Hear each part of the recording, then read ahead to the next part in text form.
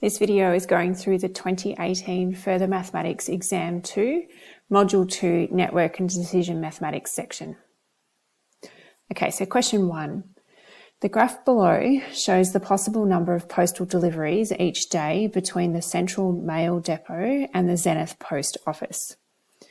The unmarked vertices represent other depots in the region. The weighting of each edge represents the maximum number of deliveries that can be made each day. So part A, cut A, shown on the graph, has a capacity of 10. The other two cuts are labelled cut B and cut C. Write down the capacity of cut B. Okay, so first up, this capacity of cut B through here. So remember, when we're looking at capacity of cuts, we're starting from the beginning, so the source or the start point, the Central Mail Depot, and travelling along the path until we reach the cut. Anywhere where we get stopped or blocked, we add the weight of that edge that we got stopped on. So again, back to the beginning and travelling along this centre here, I have a weight of 2. And from the beginning, I can travel along until the bottom edge here. So I've got a weight of 4. So that means my cut will be 4 plus 2 plus 3. And so the capacity of cut B is 9. Part 2, write down the capacity of cut C. So again, the same process, going back to our graph, looking at cut C. So now when you look at an individual cut, it's as if none of the others exist. So again, from the beginning, noting where I get stopped and adding that edge, coming through the center here, get stopped. So I would add 6, I come down and I get stopped and I add the 4. Now there is an additional edge that is cut here by cut C. But at the moment, there is no way for me to get from the start all the way through to the vertex where that edge with a weight of 1 begins. So the cut there has no impact on the weight or the value of that cut. So in this case, cut C would be 4 plus 6 plus 3. So I get a total of 13.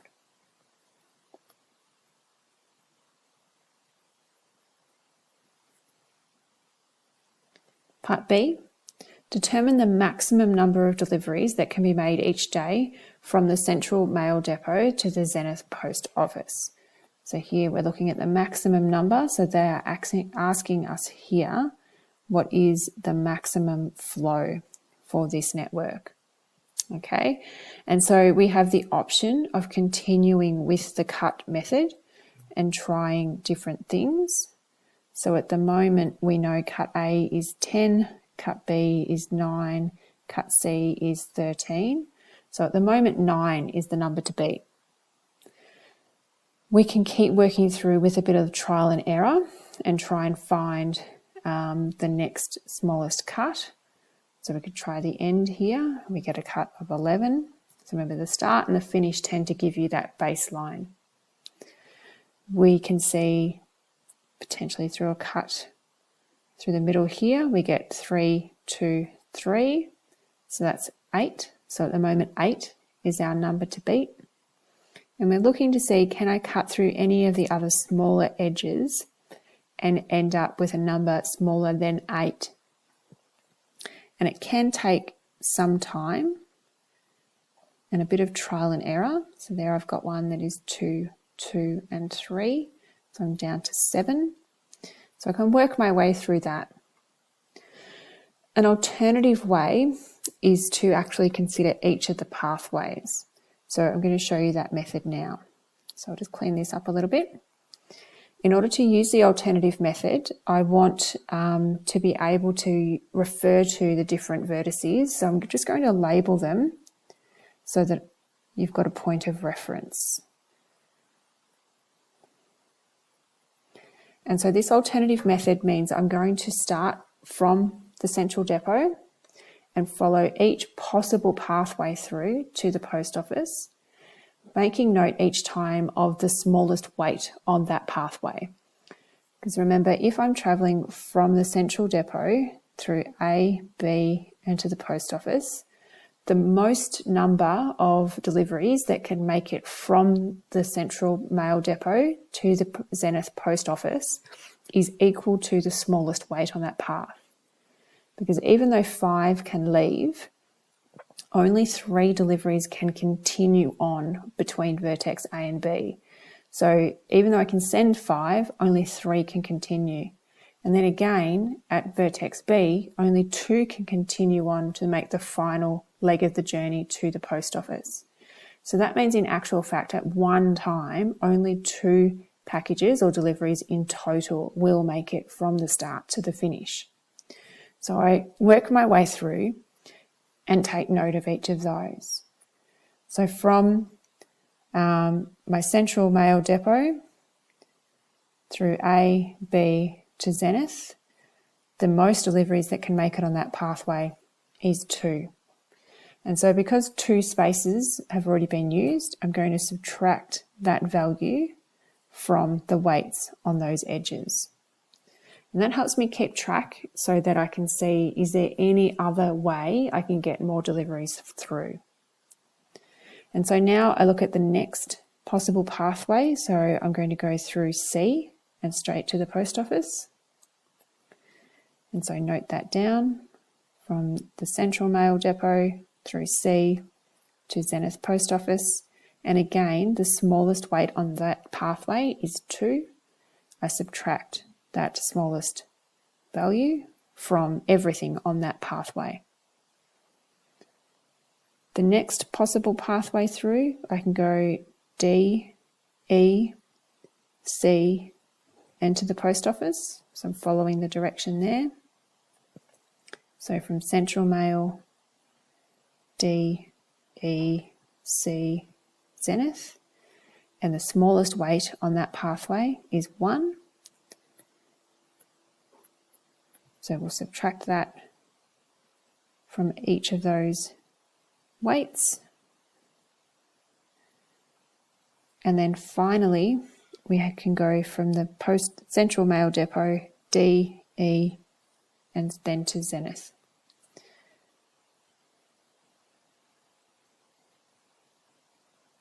And the smallest weight on that pathway is 2 between the central mail and vertex D. And that's why it's important to be subtracting as you go, because remember, we've taken up a spot already in that pathway previously. And so now subtracting 2. We do a final check and just make sure there are no other ways to get any more deliveries from the start to the finish. Okay, and if we're confident we've done that, then our maximum flow will be the total of these values that we've written down, okay, each of those smallest weights. So 2 plus 2 plus 2 plus 1 gives us a total of 7. So that tells us our maximum flow is 7. Now, if we needed to demonstrate that max flow with a cut, we would be looking at where those 0 weights are as our guide points. Okay, so we've got a few edges there with a 0 weight, but they become our guiding points as to where we can draw the cut. So it's not necessary to go through all of them, but you do want to look at, well, where can I draw a cut that would give me, using the original weights, 3, 2, 2, that same value of 7 that I found as my maximum flow. Then finally, we can answer the question, what is the maximum flow? And we can say 7 deliveries. Again, using either method is totally fine. It's just about how confident you feel arriving at that answer. And 2, in one area of the town of Zenith, a postal worker delivers mail to 10 houses labelled as vertices A to J on the graph below. Which one of the vertices on the graph has a degree of 4? So remember, the degree of a vertex is talking about the number of possible ways of leaving that point. So when we look at the vertex, we're looking at how many edges are leaving, how many pathways out are there. So let's work our way through all of them instead of just jumping to find the 4, because we probably will need the information later on anyway. So looking at vertex A, we can see there are 3 ways out, so it has a degree of 3. B also has a degree of 3. C, we have 2. D, we have 1, 2, 3, 4, 5. E, we have 3. F, we have 4. G, we have 3. H, 2. I, 3. And J, 2. So our vertex with a degree of 4 is vertex F. For part B, for this graph, a Eulerian trail does not currently exist. For a Eulerian trail to exist, what is the minimum number of extra edges that the graph would require? So a Eulerian trail means we are using every edge once, and we start and finish at different places. Okay, in order for there to be a Eulerian trail, we need 2 odd vertices. Okay, exactly 2 odd vertices. So when we go back to our graph, and that's why I noted down all of those degrees before, we can see we've got more than 2 odd vertices. In fact, we've got 1, 2, 3, 4, 5, 6. Okay, so for every pair of odd vertices, so let's say A and B, if I was to join those 2, so if I was to add an edge between A and B, that would make them even. Okay, so if we join 2 odds, they become even. So if I've got 6 odd vertices, I need 3 pairs to be joined. So that means there is an extra 3 edges that are required. Now, we don't have to say where they go, but if I was to join those ones there, then I end up with all of my vertices being even. But I can actually come back one step because I just need a trail. And a trail means I can have 1 pair. And so here I'm going to add 2 extra edges in order to bring that count of odd vertices down to just the 2 odd vertices.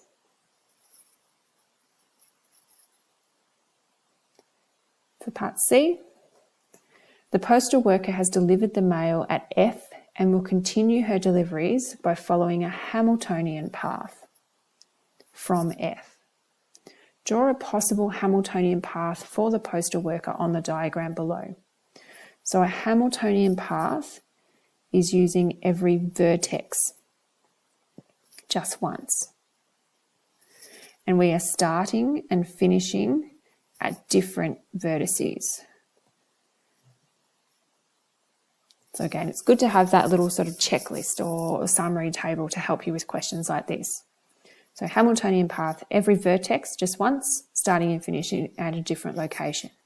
We're told that we have to start at F, so we're starting in the middle here, and we can choose where to go. We do not have to use every edge, but we cannot visit a vertex more than once.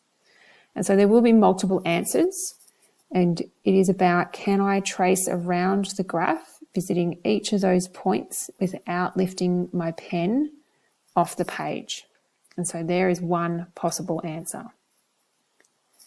A different answer might be that I actually go out the other side to D and enter G. So again, there's more than just the 2 that I have shown, but it's about, do you meet those properties? Question 3. At the Zenith Post Office, all computer systems are to be upgraded. This project involves 10 activities from A to J. The directed network below shows these activities and their completion time in hours. So here we're now working in project networks. And we know that because they've identified that it's a project, but we also have that directed network with weights on each edge, and we can see the activities are labelled on the edge as opposed to the vertex. So with part A, determine the earliest starting time in hours for activity I. With a question like this, I would also read forward and check what the next parts of the question are. So here the minimum completion time, and write down the critical path, and then a question about float time. So that tells me I'm going to need to do a full forward and backward scan on this network. And so I may as well do that now rather than stopping and starting the process throughout the question. So let's set that up. I do it by having these little double boxes on each vertex so that I can note down my key earliest and latest start times.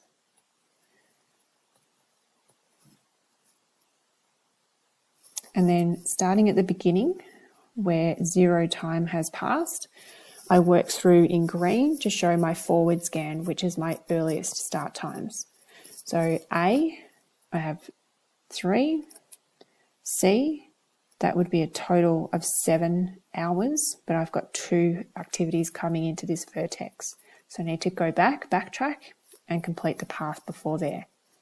So let's do from B, so 0 plus 2, 2, and D, so 2 plus 6 would give me 8.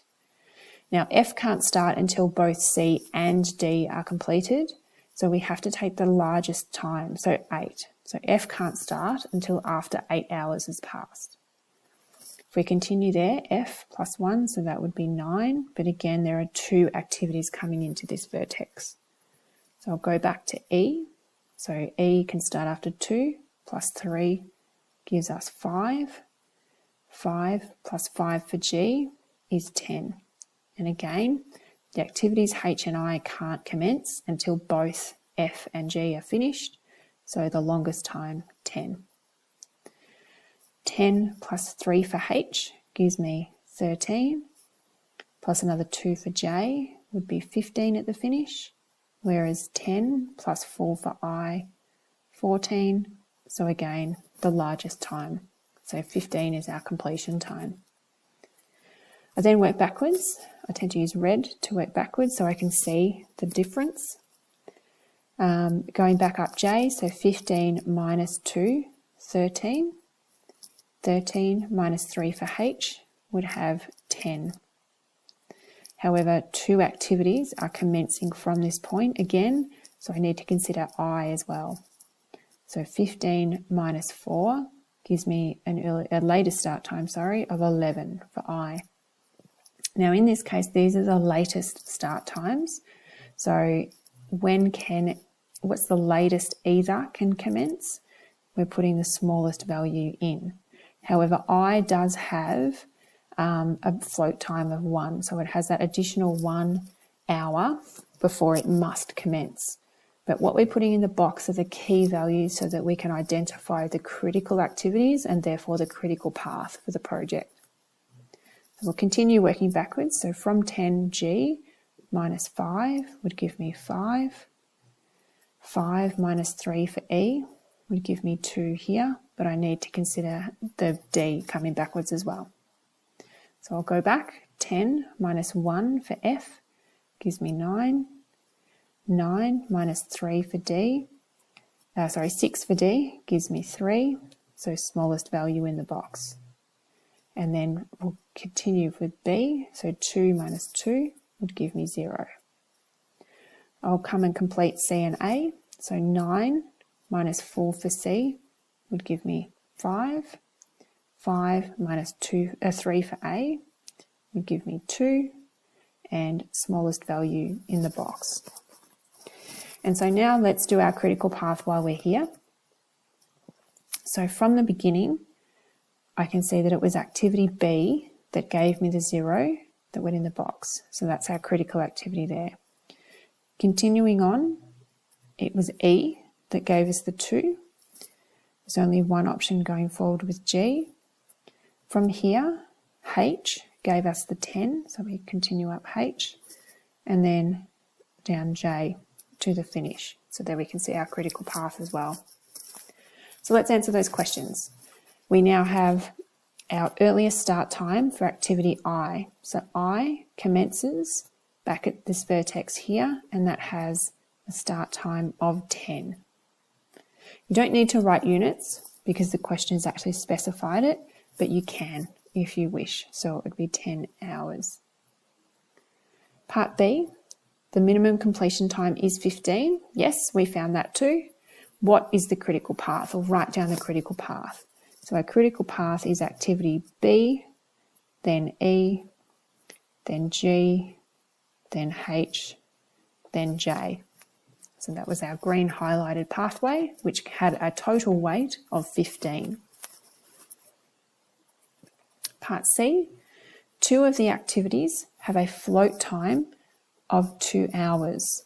So remember, your float time is your latest start time minus the earliest start time. So what's the difference between the red and the green value for that particular activity? So if we go back to our graph, our network, the only activities with a float time that is not 0 will be the non-critical activities. So they're the ones that aren't highlighted. So let's look at the ones that aren't highlighted. So activity A has a difference of earlier start time, later start time of 2. Okay, so activity A has a float time of 2. Activity C, same thing again. So we might just write that here, that we've got 2 minus 0, 2. For C, 5 minus 3, 2. So a float time of 2. Activity F has a float time of 1. D has a float time of 1. And I is the only other non-critical. Again, a float time of 1, 11 and 10. So remember, you were referring to the latest start time that's on the edge, not in the box. So the 2 activities are activity A